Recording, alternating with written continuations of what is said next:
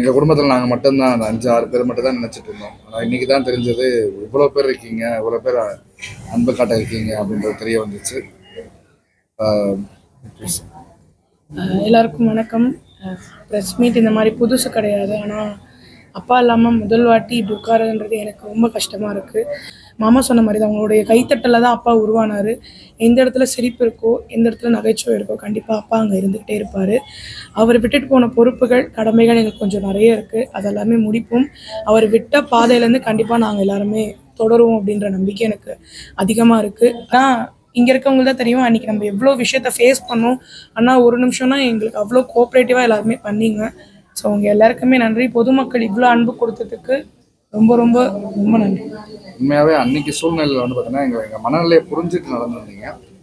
அது எங்களுக்கு ரொம்ப ரொம்ப பெரிய ஒரு மன நிறைவாக இருந்தது. எல்லாருக்கும் நன்றி மட்டும்தான் நான் சொல்லுவேன். ஏன்னா அதை மட்டும்தான் அவர் சொல்லி கொடுத்துருக்காரு. எல்லா தருணத்துலேயும் நீங்கள் எல்லாரும் எங்களுக்கு மேலே அன்பாகவும் சப்போர்ட்டாகவும் இருக்கீங்க. இனிமேவே இருக்கணும் அப்படின்றத அவர் சார்பாகவும் என் சார்பாகவும் கேட்டுக்கிறேன். அவங்க டான்ஸில் தான் அவங்கள அப்படி தான் அவங்க பார்த்தாங்க, அப்படி தான் அவங்க வாழ்க்கையை தொடங்கினாங்க. அப்பாவை அனுப்பிச்சி வைக்கும் போதும் அவர் சாமிக்கிட்ட போகும்போதும் அம்மாவோட எக்ஸ்பிரசிவ் ஆஃப் லவ் தான் நாங்கள் 2 பேரும் பார்க்குறோம். ஏன்னா எங்களுக்கு தெரிஞ்சு ஒரு இன்ஸ்பைரிங் கப்புள் நாங்கள் எங்கள் லைஃப்பில் உதாரணமாக இருக்கிறது எங்கள் அப்பா அம்மா மட்டும்தான். ஏன்னா அவங்கள மாதிரி அவ்வளோ அந்யோன்யமாக யாராலும் இருக்க முடியுமான்னு தெரியாது. ஸோ அவங்க வே ஆஃப் லவ் எக்ஸ்பிரஸிங் தான் அது. அதை விமர்சிக்கிறீங்கன்னா உங்களுடைய புரிதல் அவ்வளோதான். இப்போதைக்கு பதில் சொல்லக்கூடிய ஏன்னா நாங்களும் நிறைய சோசியல் மீடியா பார்த்துட்டு தான் இருக்கோம். நிறைய பேர் வந்து பார்த்தீங்கன்னா நிறைய விஷயங்கள் முழுமையாக தெரிஞ்ச மாதிரி, முழுமையாக கூடயே பயணித்த மாதிரி சில பேர் சொன்னாங்க. எங்களுக்கு அதிர்ச்சியாக தான் இருந்துச்சு. ஆனால் இப்போ வந்து பார்த்தீங்கன்னா எங்களால் மனம் விட்டு பேசுகிற சூழ்நிலை இன்னும் எங்களுக்கு உருவாகும். இன்னும் நாங்கள் அதில் ரெக்கவர் ஆகல, அவ்வளோ தைரியம் எங்களுக்கு வரல. கண்டிப்பாக வந்து பார்த்தீங்கன்னா அது அவ்வளோதான், அப்படியே போட்டோன்னு விட்டாச்சு. அதனால வந்து ஒவ்வொரு மனிதர்களுக்கு தெரியும். ஏன்னா இன்னைக்கு வந்து ஒரு 2 பேர் குறை சொன்னாலும் ஒரு 100 பேர் வந்து அந்த விஷயத்தை பற்றி பேசினாங்க. இல்லை அவங்க பண்ணது சரி அப்படின்ற மாதிரி நிறையா பேசினாங்க. அதனால் அவங்களே அதை புரிஞ்சுக்குவாங்க. அதனால் விளக்கம் கொடுக்குற மனநிலை இல்லை. நம்ம இதாக பண்ணிக்கலாம். தேங்க்யூ. தேங்க்யூ.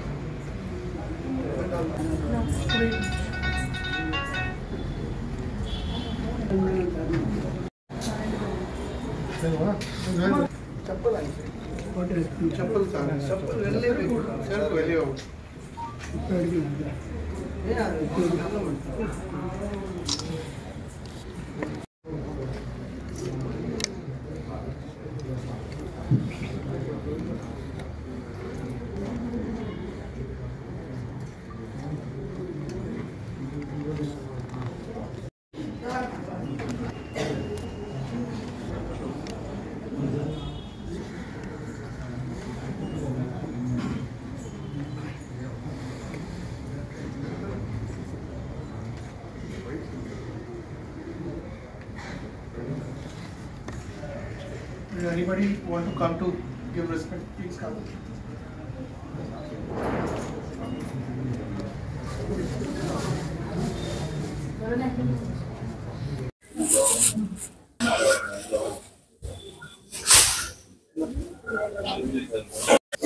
ஸோ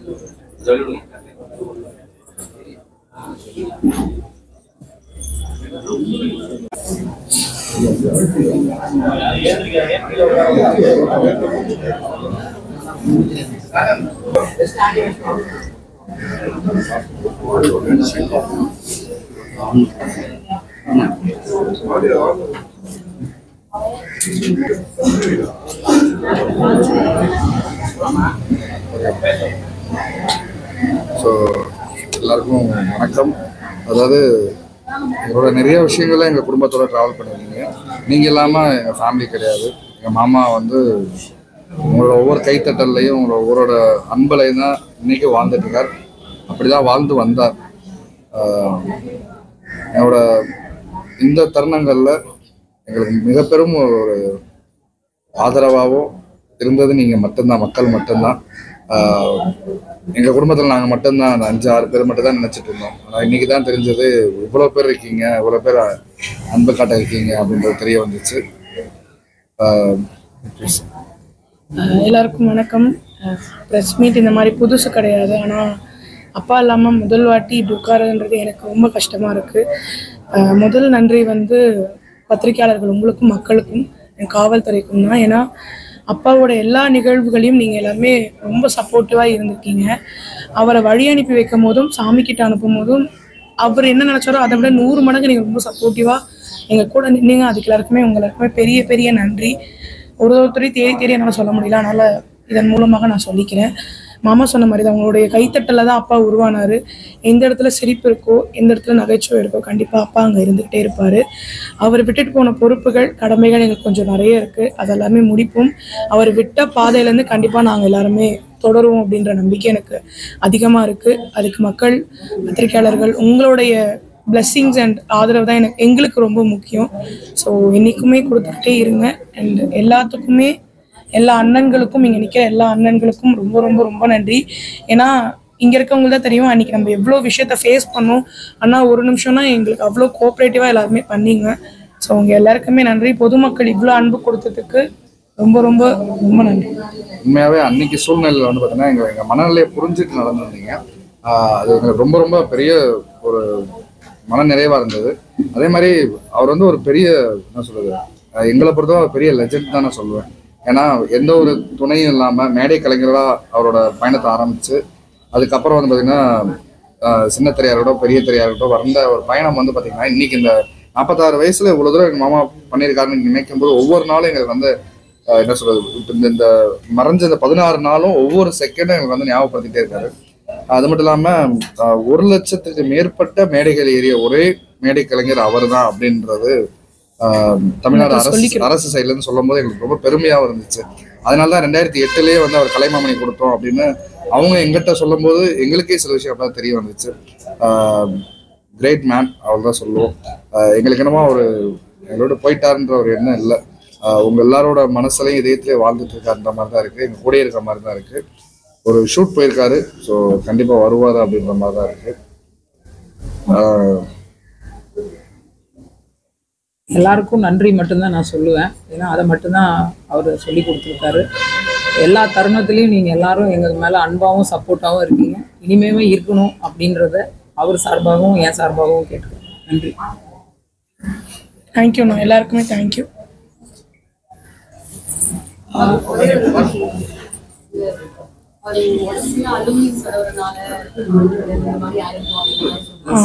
அதெல்லாம் இல்லை சிஸ்டர், நான் இதை பற்றி உங்களுக்கு இன்னும் விரிவாக நான் இன்னொரு தருணத்தில் பேசுகிறேன். ஏன்னா இப்போ வந்து இப்போ எனக்கு எல்லாமே சொல்லணுன்ற இருக்கு, பட் ஆனால் இந்த தருணம் எனக்கு கரெக்டாக இருக்காது.